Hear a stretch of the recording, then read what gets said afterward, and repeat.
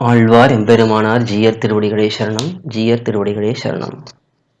As we all know that in every family, mother is the first teacher who Right. teaches the child in everything, right? Right. Yeah.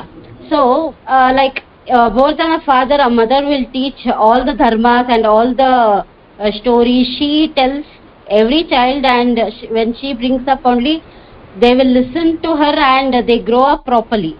But in our Shastra, they say that girls are not supposed to read any Upanishads or Vedas or anything. How far this is welfare to the family? Because if a woman is well educated, not only in this worldly life, even culturally, a woman should be educated properly, because she is the mother and the teacher, first teacher for the child. So how far this you accept this this type of conversation of, I mean, this type of sentence? Concept. Okay. Hello. Okay. So yeah, I understand your question. Basically, you are saying that women are restricted in learning many portions of the Shastram. If that is the case, being mothers, how can they know Shastram properly without learning it, and how can they raise their children nicely? Yes. With proper Now culture and values and so on? Yes. Sorry? And recently I have come across this situation because recently a film named Kerala Stories, there also parents doesn't know anything about any type of Shastras, that this is how our Indian children are getting about bad opinion about our Hindu culture and even our culture also. Even in Iyengar, I have seen most of the girls go out of the caste because they are not able to understand our culture properly, and they go and get married to other caste where all types of miscommunication is happening. This is what I wanted to say you. Sure. Okay. So very important question. Everyone should understand this concept very, very clearly. In our Sanatana Dharmam, Vaidika Dharmam, there are certain restrictions, certainly, that women cannot learn Vedam, Upanishad, and in fact there are certain passages where it is said that women should not learn Itihasas and Puranas as well. The shlokams, that is the text. But there is no restriction on understanding the concepts of Vedam, Upanishads, Itihasas, Puranas, and so on. There is restriction in learning, that is learning the shlokams, learning the passages from Vedam, the text directly.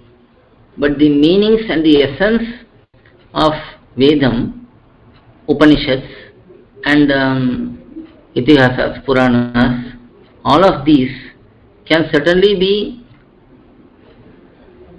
taught to anyone, learned by anyone, because the whole purpose of Vedam is to give knowledge to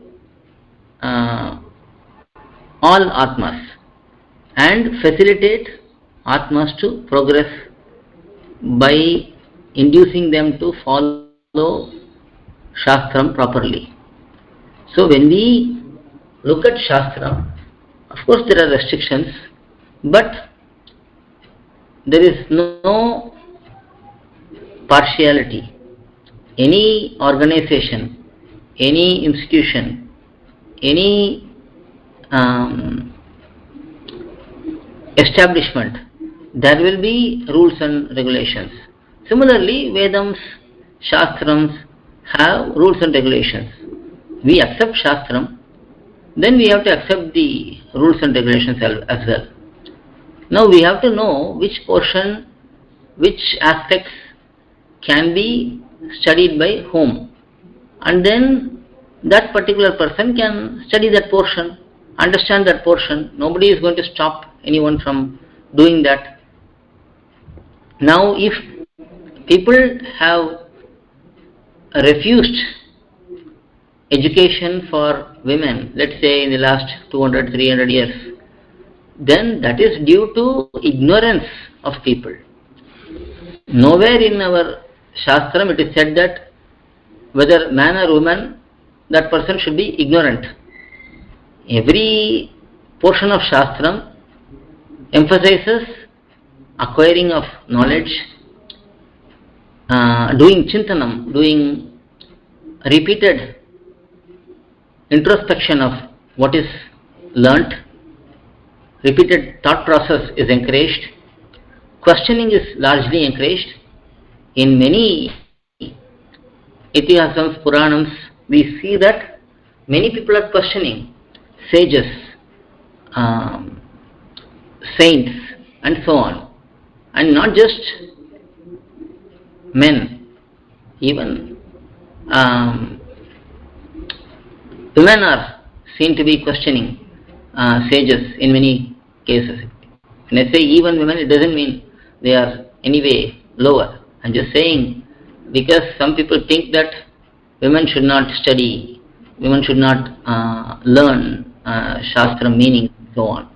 So there are so many places where we see very brilliant conversations between man and woman, women and women, women and devatas, and so on. So it is a misconception that women are refused education and they are not allowed to learn anything. They are just supposed to cook and clean and so on. That is not the case. Everyone should learn, but each one has to learn what is acceptable, what is ordained for that person. For example, if I am in Yajurveda Shakha, I learn Yajurveda first. I should not go and learn Samaveda first, because that is not the proper way to do it. So similarly, when I am, let's say, not initiated into Brahmopadesham, that is Upanayana Samskaram, then even a man cannot learn Vedams. So there are certain restrictions placed upon different kinds of people on what they can learn and what they cannot learn. But the knowledge from Vedam, Upanishad, Itihasas, Puranas are open to all. In fact, without that knowledge one cannot progress. The whole purpose of Vedam is to tell us what is unknown to us. It is not going to say that chair has 4 legs, table has 4 legs. It is not going to say that if you cook rice, it will become as eatable food. That is not the purpose of Vedam.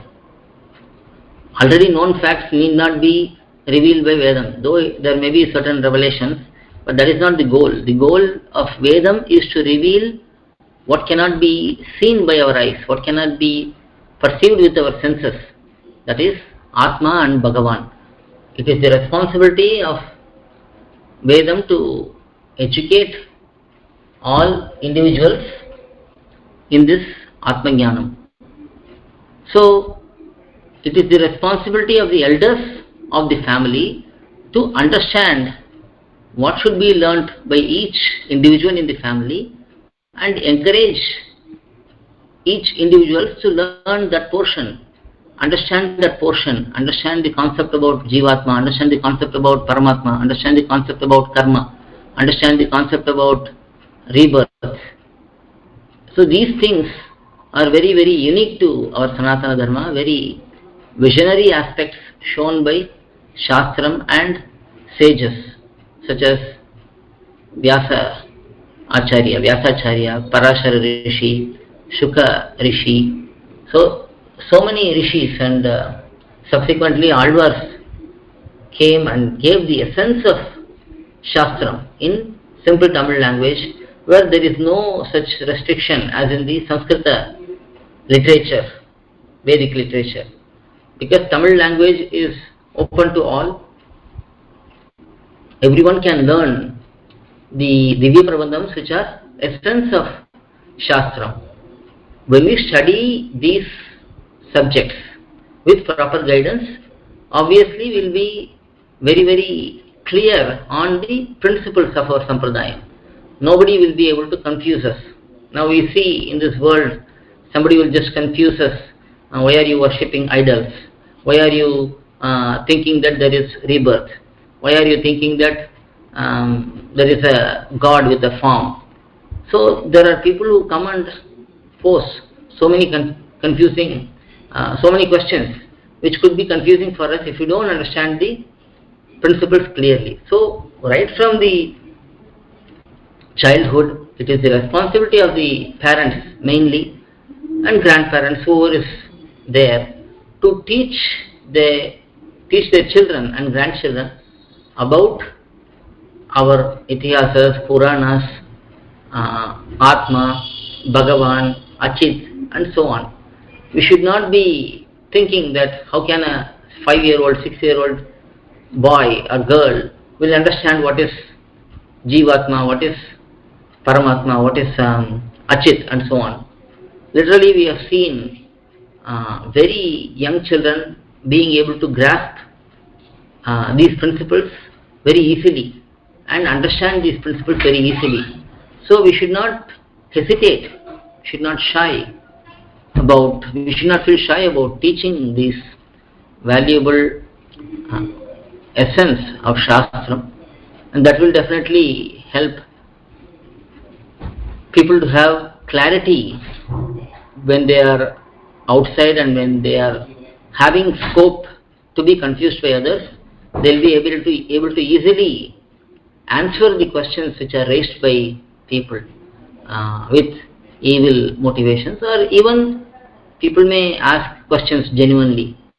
Even in that case, if we are clear about our principles, we will be able to confidently explain these principles.